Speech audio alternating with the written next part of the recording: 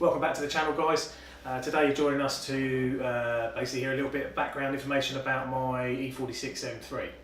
So this car, I bought this car, where are we now? We're recording this at the end of May 2019, and I've had the car for a couple of years now. The overall idea for the car originally was that it's going to be a fast road car, and I had actually bought it to replace my R33 GTR, which also I sold to a customer, and happens to be the V8 project that we're doing at the moment, which you can also find videos on the channel for. I was at the time doing a lot of European driving tours, so taking customers all over Europe to the Nürburgring, Spa, all the way through the Alps. I did some great mountain roads and what have you, and often we go away and do anywhere from sort of 1,500 to 2,000 miles in a week. And it was just the Skyline broke a rear diff in France. I remember that quite well. Just caused me a lot of hassle. Had to do the rest of the trip in a Peugeot 207 sports wagon. It was just awful, as you can probably imagine. And that's when I started thinking that perhaps the car needs to be replaced something a bit more suitable for the task at hand. So that's why I went with the E46 M3. That was my main sort of goal, was to find something that my wife also wanted me to have, something that was a little bit sturdier, if you like, a little bit better made, dare I say it. I'm a big JDM fan. I've owned all sorts of Japanese stuff over the years, including DC2s, EK Civics, obviously the Skyline. I've had two Supras, Turbo and NA. What else have I had? Evo 5, 200SX, S14. So yeah, I've been lucky enough to own most of the cars that I've wanted to have a play with. The Skyline I always had as my main car, if you like, the one that I always came back to. Anyway, I digress. So the idea was to replace the Skyline. It was going to be better for my Euro trips business, and also but it was perhaps, although it had a fantastic chassis, and after test driving a manual and an SMG, I went with the SMG for several reasons, and that was BMW themselves put it in the CSL, and that says a lot to me. I never really got on with the manual gear shift, and also I was going to have to do, the main purpose of the car at the time was to do these European driving tours, so I was going to need to be on radio communication, looking at navigation sometimes. I might be trying to do 2 or 3 things at once as well as driving. So the SMG on that side of things, also, when you're going to tear up a mountain road, if you like, that also appealed to me as well, that you could have updated software for it, for like the CSL software, etc. So rev matching and things like that. So that's why I went with that car. The intention was never to keep it standard. It's always going to modify it. That's what we do here. It wasn't going to, well, at the time I didn't really think about the appreciation of these cars. They've obviously gone up a lot in the last couple of years. However, it wasn't a perfect example anyway. It was just, at the time, it's the colour combination I wanted, and I went with it. So not long after owning it, I found it lacking in power, because I'd obviously come from a 650 brake GTR, so that didn't have a fair bit of power. Although the chassis was fantastic, to me it felt like it was just lacking a little bit of extra punch. So after looking into all the options, and anyone watching this who's anything that has anything to do with E46 M3s knows that you can spend a lot of money and go down the CSL airbox and a few other bits and pieces, and that does liven the car up. There's a few things in development at the moment that are going to potentially offer decent power gains on the NA engine. A friend of ours is in the process of developing some cams for that, which should see decent power along with a stroked engine. But yeah, that really wasn't that available, and also was quite hellishly expensive and complicated, and I wanted something that was a bit more simple. So I started looking at the supercharger options. Now normally most people do sort of chassis and stuff like that first. In fact, that's what I would always recommend to customers as well, is to always find the limits of your car before you start upping your power. I did it all the arse about face, just because I wanted the charger kit, and I knew it was going to take a little while to get, so I got it on order. But then we also started doing a few other things to the car. So we put some Tane coilovers on it. They were still street based, but also went with the active EDFC control kit. So essentially with a yaw sensor and a few other things, GPS sensor, it would calculate the speed you were going and the pitch of the vehicle, the angle of the vehicle at any given moment, and adjust the suspension accordingly. And that was great, and a bit JDM, I suppose. Again, it's not something that loads of people were using in the German market at the time. It was more popular with Japanese stuff, but again, because we do Japanese and German here, it was another sort of tie over, if you like. So we changed that suspension out. It also had pillable top mounts as well, front and rear, and it rode beautifully. I've got to be honest, it rode absolutely beautifully, even with the extra power, and we found that to be fantastic. Along with this, I obviously then did brakes, so I did a Stop Tech big brake kit, ST40 on the front, and it's got twin piston on the rear, decent sized discs. And in fairness, that kit's still on the car now, and it's pretty good. I probably need to think about doing something where the cars go in the direction the car's going now to make them even bigger. But it held up well, I thought, and on the track or on the road, paired with a different type of pad and fluid. I also then decided that there were things like the oil diverter valve, a bigger oil cooler, a bigger radiator, and fan. Clutch would be an option, or should be an option. So I went with those, and then at that point I took the car away for the first time around Europe, and I ran into my first problems. The issue came apparent about halfway around a ring lap. The car started to get warm, I had to back off, tried again, had to back off. And it came back reasonably quickly, the temperature and everything was fine. The car drive okay on the road, no problem at all. And yeah, even on the German Autobahn it wasn't so bad. But again, that was the only chances I really had to test it. So like I say, this is where the problem began. So my issues with the car then just went from bad to worse in terms of I had various ideas about how we could best solve it. Everyone's got an opinion. If you look on the internet, you know what they say. Opinions are like arseholes. Everyone's got one. So everyone's got a theory on this, and I am one of those lucky few that can actually say that with a lot of patience. And there were times that I'll be honest with you, I nearly sold the car, and I nearly sold the car as was. With obviously declaring the issue with it, so I'm going to rewind you a little bit now, and I'll kind of explain what I went through, in order to kind of give you guys an idea of in case any of you also experiencing the same thing. I mean, that's the main reason I've done this. I'm a bit uncomfortable, if I'm honest, about like putting this all out there, but nobody knows everything. Every day is a school day, and if you think you know it all, you're an idiot, because you don't. There's always someone who knows something else.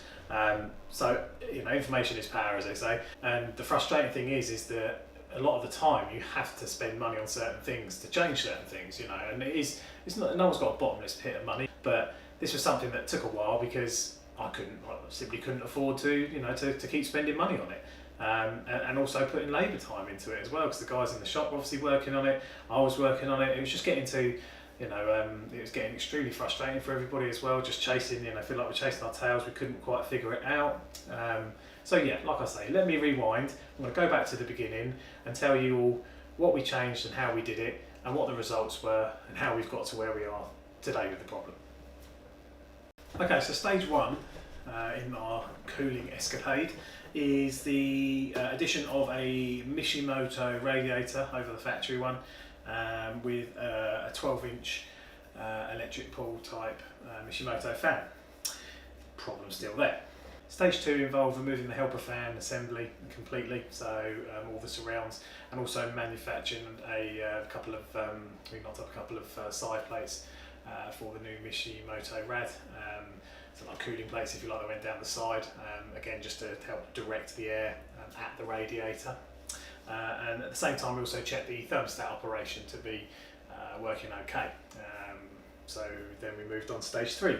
When I say stage 3, it's sort of stage 2.5 if you like, which was also because the oil temps they weren't bad, but they were, because the water temps were climbing quite a lot, the oil temps were climbing along a little bit with it, which was starting to veer us down a certain path, but we thought we're going to be changing a couple of bits anyway, so now's the time to change those, so we can get an idea if it has any effect on the cooling, the engine coolant side as well, because the oil cooler sits very butts up against the bottom of the radiator. So we didn't know if there's a bit of heat transfer maybe going on there as well. It was just at this point, we were starting to scratch our heads a little bit as to obviously what was going on. It was starting to become a problem. So we also did the oil diverter valve, and we did the Mishimoto uprated oil cooler as well.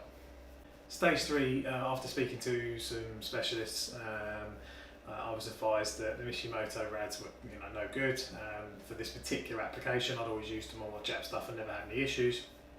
Like I said, I'd never seen with Japanese stuff, you don't tend to see the temperatures move one iota ever, unless you've got a proper problem. And obviously BMWs, particularly the E46 M3, is a lot more sensitive in that respect. So moved on to the CSF radiator and ditched the Mishimoto, kept the oil cooler but ditched the radiator and went with the CSF, which is not a cheap item, but I was advised that this is what a lot of people were running. A lot of people in the States were saying, where they lived in hotter states like Arizona and places like that, they were running the CSF rads and it made a hell of a difference, blah blah blah blah blah. So I also combined that by recommendation as well, with a BMW Motorsport fan clutch. Now the idea being that they blow harder for longer essentially, and these are the ones that are actually used on certain BMW race cars. So it was an official BMW part, you can only get it from BMW, and you have to know the right people to get hold of them, from what I was told at the time. Anyway, got one of those as well, so paired that up with the CSF radiator, and obviously we had the Mishimoto oil cooler on there now, and the universal oil diverter valve problem still there. So at this point we're starting to scratch our heads. It's got better minds than ours confused as well. No one really can tell me anything.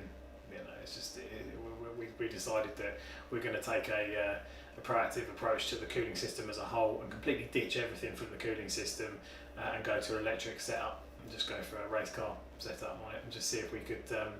Essentially, we ended up buying a Davis Craig electric water pump. Came with temp sensors and things like that.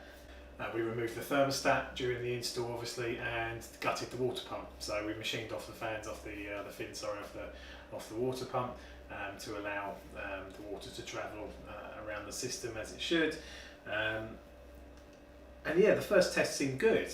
It definitely lasted longer before we started getting any issues. And the issues didn't seem as bad. And we pretty much had like a staged water pump setup. So what happens is after a certain amount of time or temperature, when it sees that you can program in a certain temperature, it'll the electric water pump will up the flow. And yeah, like I say, it seemed better, but it hadn't resolved it, and it's still very frustrating for all of us, because we were like, well, this at one point we thought it had solved it, but no, it started doing the same thing again. But if you backed off, it came down so quick, it was crazy, But anyway, moving on. So at this point, we'd all had enough, and we were sort of trying to figure out the best way to move forwards with it. And I said, right, that's it. Well, let's strip it down, strip the engine down, let's have the head off it. Let's have a proper look around it. We did some maintenance things while we were there as well. It was a good job we did take it apart because it had a few issues, so we resolved those. And yeah, I mean, nothing bad. We had no evidence of any kind of like gasket issues or anything, cracked head. There were no side effects relating to that. Everyone, it's the usual thing to say, if you check this, if you check that, and of course we checked all the regular things. We're well trained in that respect. So it was a case of that. Now we've got a head off. It's gone away. We've stripped it down, sent it off. We've had it pressure tested and checked it. It's basically been X-rayed, pressure tested, and refaced. It had a minimal reface done, and then we rebuilt it. Put a better head gasket in it, better head studs, rebuilt the car, put it all back together. At this time we also did, as well as doing that, we also put a BMW OE water pump back in it, so we got rid of the electric water pump system, sorry, and put a BMW spec thermostat and water pump back in the car as well. And we increased the coolant mix up to 70-30, I think it was. We also did 2 gauges as well, 2 auxiliary gauges for water temp.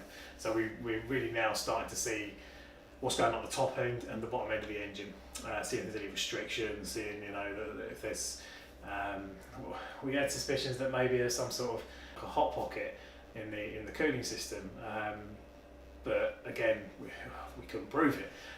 And the problem is that to actually get the problem to occur and to occur for long enough, you had to push the car so hard it was impossible on the road. Not only would it be illegal, but it'd just be downright dangerous to drive like that for that period of time on the road. So it can only be done on the track, and obviously we're limited as to how often we could get to the track and obviously how much data we could collect. So when the issue occurred, it was mostly down to memory and obviously me being in the car to see how it behaved differently. So after all of these, you can guess where this is going. The problem's still persisting. The car seems to be as it was before. If anything, maybe slightly worse without the electric water pump in it. But again, couldn't be 100% sure. So anyway, moving on from that, the next stage was that, which was always part of the plan anyway, because of the supercharger set up on the car, is that people have had good results from water meth injection. The general consensus of the water meth is obviously it's not to necessarily give you power increase, but what it essentially will do is decrease intake temperatures, and decreasing intake temperatures means you can make more power and more reliably for a longer period of time. So I remember the AEM, got a AEM one with a larger tank, because obviously taking the car around Europe I wanted to fill it with water meth and leave it and not have to fill it again, and hopefully that would cover me for that period of time. I'd just flick it on and off as I wanted to when I thought the car would need it. And interestingly, it did seem to sort of soften the issue slightly. It seemed to make it slightly better. But again, at this point, because it's been so up and down, there's been, it's quite an emotional journey obviously as well. So I was now just resigned to it's still a problem. There is still a problem. So there's no good trying to sort of be like, it might be marginally better, it might be this, it might be that. And after doing all the basic checks numerous times, and you start to question yourself. So you just have to, in my opinion, you have to go back to basics. And it's yes or no. Is the problem there? Yes. Well, okay, we've still got a problem then, haven't we? So with me thinking that the results were slightly better with the water meth injection system installed, I decided to, rather than use the water meth as a water meth system, I thought temporarily I'm just going to buy some bits from the DIY shop, and I'm going to extend the kit, disconnect it from the engine, plug the engine injector in the engine, and run it to the front and set up like an intercooler / radiator spray. And I thought I'd just put neat water in that, and I'll run it on the track, and I'll just have it coming on full blast, all the time from minimal boost level, because the car runs about 10 or 11 psi tops, and that's right at the top end. So I had it coming in at sort of 4 psi and flat out by 5-6 psi, and obviously staying on there until for as long as it needed, as long as you're on the throttle and it sees boost. So yeah, I did that, and we had something like, I think it was 12 nozzles in total. I think we did 8 on the radiator. We sort of did 2, 2, 2, 2, and then we had 2. It might be 10 actually. I think it was 12. We had 2 on the top and 2 on the bottom, spraying across the front of the intercooler as well. Now that worked really well in the sense that you could actually put your hand on the intercooler, which normally would run quite warm after being on the track for a while, and you could touch it after you've been out on track and the system was working okay. And it was cool to the touch, even after being out on track for 10-20 minutes. It did also, in my eyes, seem to, it wasn't even in my eyes. I think it definitely had improved the temperatures with the car. I could stay out for longer. Ultimately, the issue I did see the temperature start to increase, but during this period of time that I've been waffling on about this issue, we'd obviously learned a lot about the cooling system on the BMW in particular, and just in general about cooling systems and little foibles that they might have. So it was interesting to us because we were looking at we were getting kind of different information from the gauges from the top and the bottom of the engine, as opposed to in terms of temperature, as opposed to what we're being told the gauge is seeing, and also how much the gauge moves in relation to temperature. Because obviously, if you're just looking at a factory gauge, you have no numbers, you have nothing. Obviously, you have the hidden menus, you can dig it out from there. But my point being is that as you're looking at that and you're seeing that change, you know, the movement could be 10 degrees or it could be 20 degrees, and until you work out exactly what that is, then you get some better idea of and then compare it to the gauges that we had plumbed in as well. So by the time we kind of got our heads around this, and we understood that yes, there probably was going to be a bit of an increase in temperature, and that was always going to be the case. It was just managing it. So it was ensuring that, okay, you get a little bit of climb after you've been on the track for a while and hammering it, and it's a hot day and you've been hammering the car hard, and then watch it back off and see how quickly it backs off, and then be able to calculate exactly how much temperature difference there was during that period of time. But yeah, I pretty much felt like I've become some sort of thermodynamicist by the end of this problem, honestly, which is still, anyway, like I said, let me continue, getting off track a bit here. So where was I? So I'm just looking down at my notes, I can't remember all this offhand. I've had to scribble it all down to try and refresh my own memory anyway. So after we did that, and so we're back to the track, and we've had the water method changed to, if you like, injecting water onto the nozzles at the front of the car to inject it over the radiator, so like a fogger kit, like a nitrous fogger kit, if you like. So we've done that, and yeah, it made a good difference. So yeah, moving on from that, we also wanted to test the fan clutch, because obviously the whole time the car was moving and the injection was working, it's fine. We'd come into the pits, and it would be pretty warm. You know, it'd warm up as you come in and as you're slowing down more. So the issue would increase, if you like, as we were coming in. And at this point in time, we've got a couple of bonnet vents cut into the car as well, into the original aluminium bonnet, just to let a little bit of heat out. But they were very small, like Focus RSE kind of style sized, and I don't think they were letting enough heat out. But anyway, we're coming on to that. So yeah, we decided to test the fan clutch because it didn't seem to be moving very fast. This is the BMW Motorsport one, and sure enough, Tommy, I think, actually put his finger straight in. He said, "No, it's not working." Put his finger straight in, and it stopped dead. Clearly not working. So that was another thing. So we then decided, right, okay, 12-inch electric back in again. So we did that. Now, this is when I started chatting to Ben at Hack Engineering, who since has helped us with loads of little bits and pieces, engineering-wise. Also got Hack Engineering. He's got a machine shop now as well. So he's knocked up some awesome parts for our V8 swap Skyline that we're doing, and he's a wealth of knowledge on E46 M3s. Knows far, he's probably forgotten more than I know. So he was a great resource. He's not far from us as well, and he was happy to chat. He was very friendly, and we've become friends since. I gave him the car. I said, "Look, I'm in no rush. Trade to trade. Just have a look. Tell me what you think, mate." Told him all the history, gave it to him. And he was scratching his head a bit as well. And one of the best things that came out of this was, there's two things that came out of it that were beneficial, and that was the bonnet vent.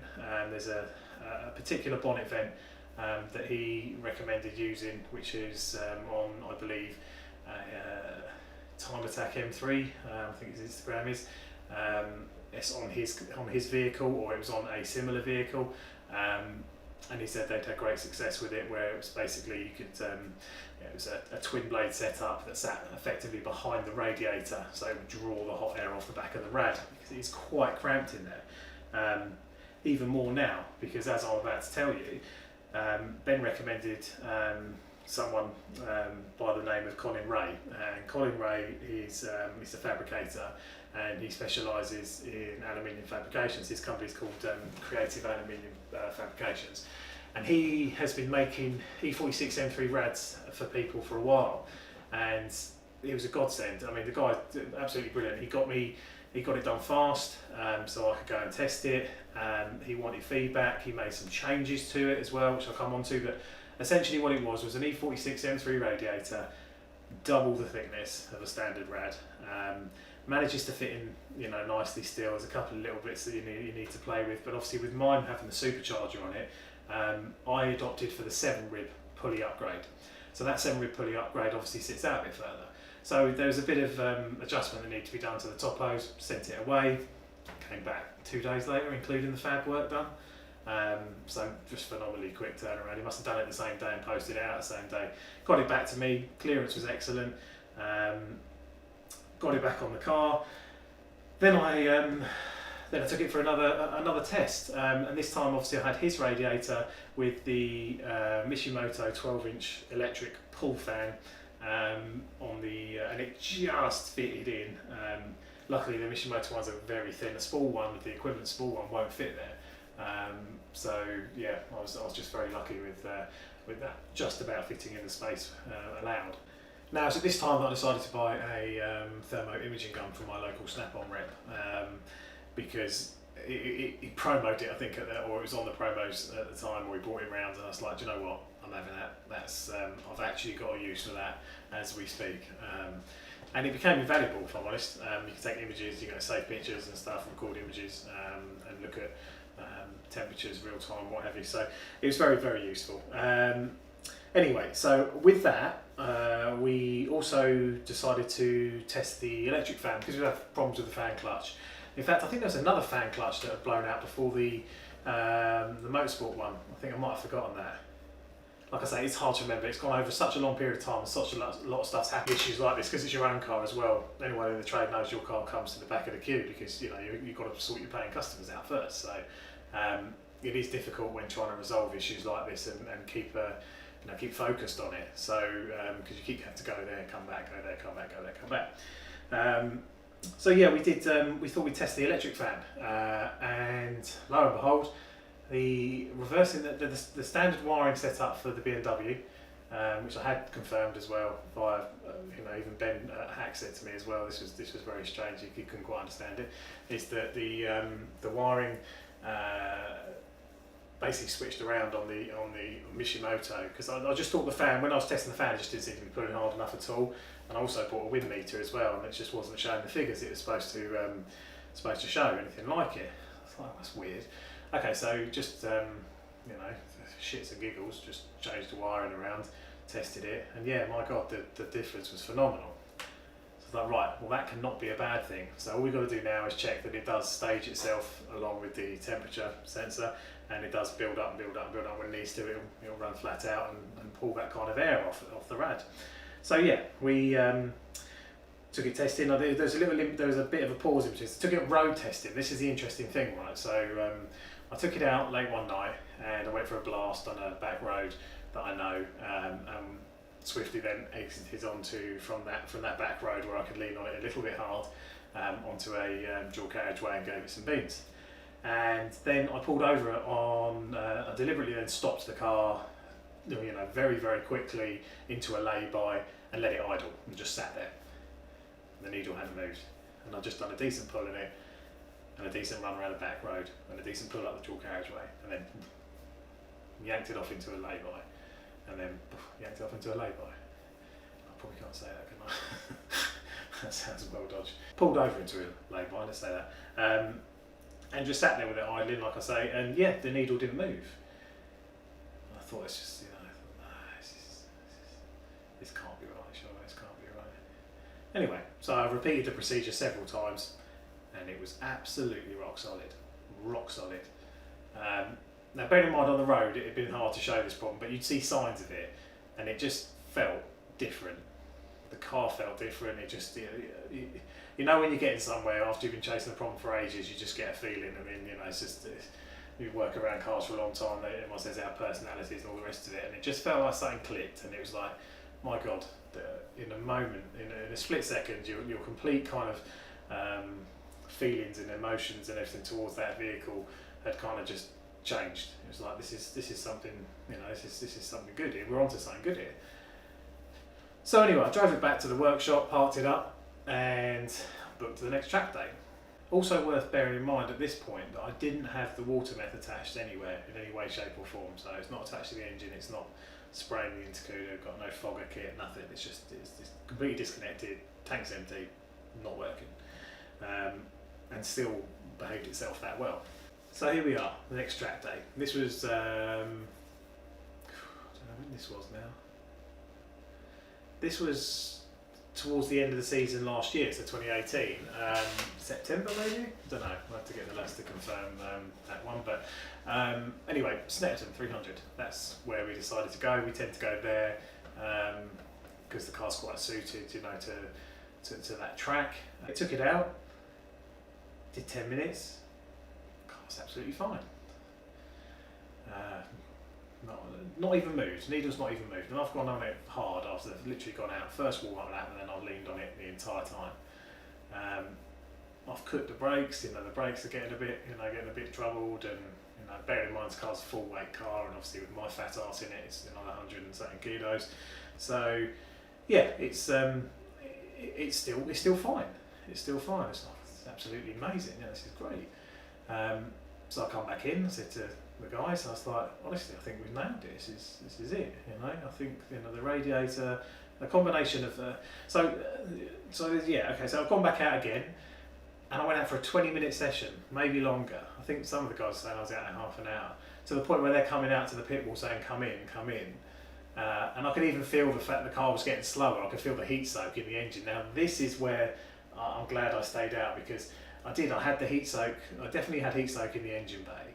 And when I came in, they said they could. The guys could say they saw, you know, the heat billowing out of the vents, which were much bigger by this point. I had put bigger bonnet vents in there at this point. Did forget to mention that as well. So yeah, I popped the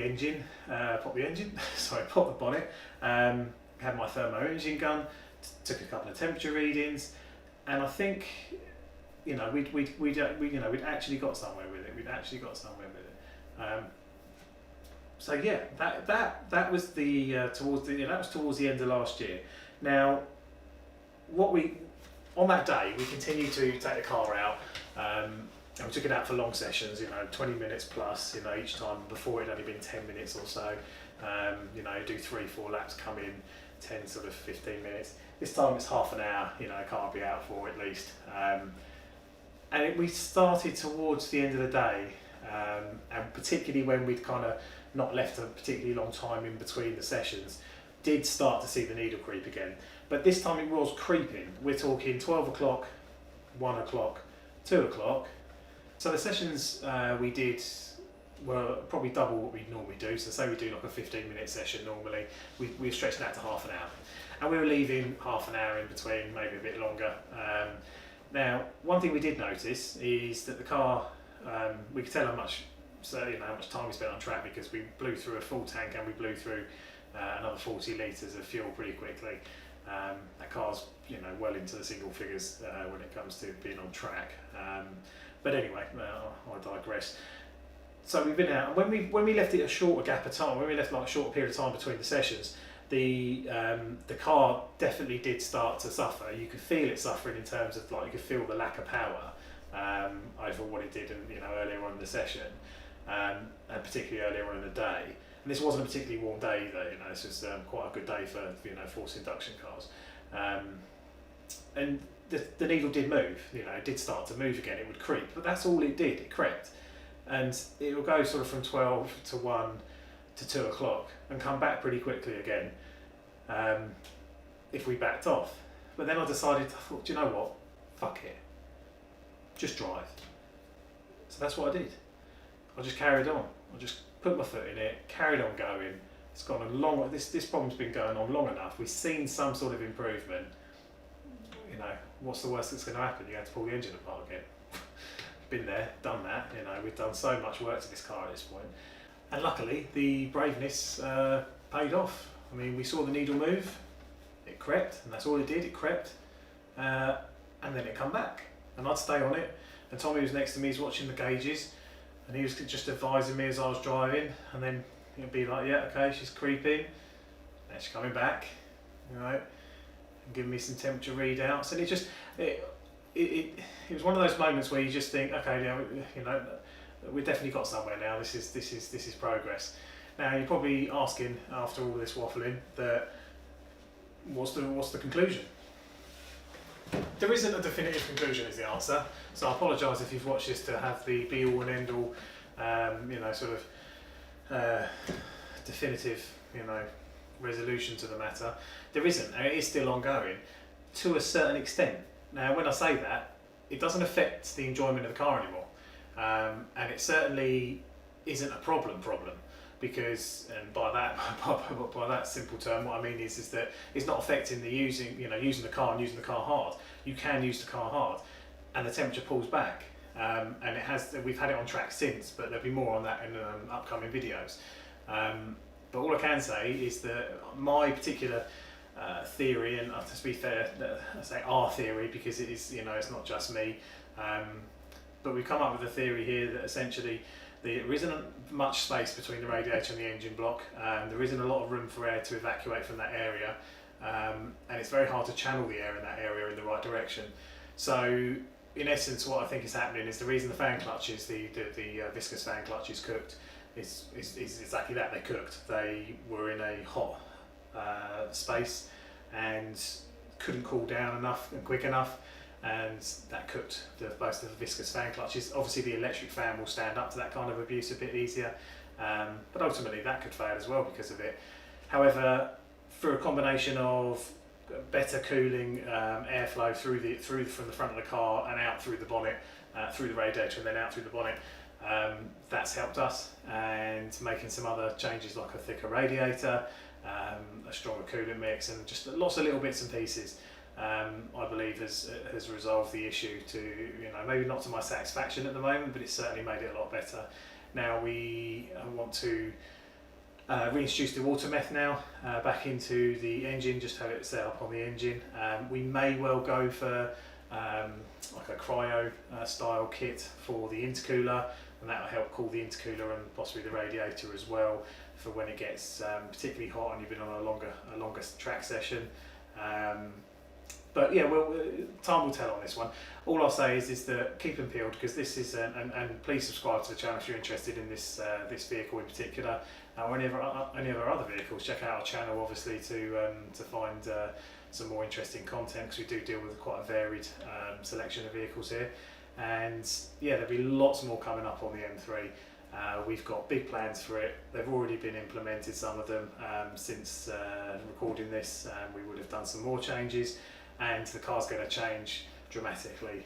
So hopefully you enjoy, come along on the journey on that one. Also, we are going to be taking it away for what we're calling the track tour in September. We will be doing 3 track days in Europe. We will be doing the Nürburgring for a full day and 2 full days at Spa-Francorchamps. That is effectively to me what I want to do with the vehicle now. It's going to be a mostly track car, although it will have number plates, but it will just about be road legal. That is where I'd like, where the car is now going.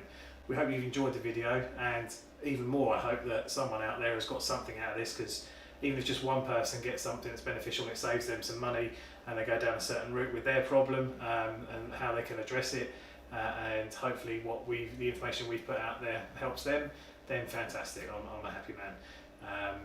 And yeah, for those of you who haven't fallen asleep or tuned out, thanks very much for watching, and we hope you got something out of it too. And yeah, keep an eye out on the channel for future uploads. We hope you enjoyed that, guys. Please leave us a comment below. We do really appreciate everybody's feedback. It will help us decide what gets put on the channel and what doesn't, ultimately what people want to see more of. Please also leave us a like. I like it a lot. Share with your friends. Please be my friend. And subscribe to our channel. Don't forget, if you want to know about any future uploads, you can hit the bell button to be notified. Thanks for watching.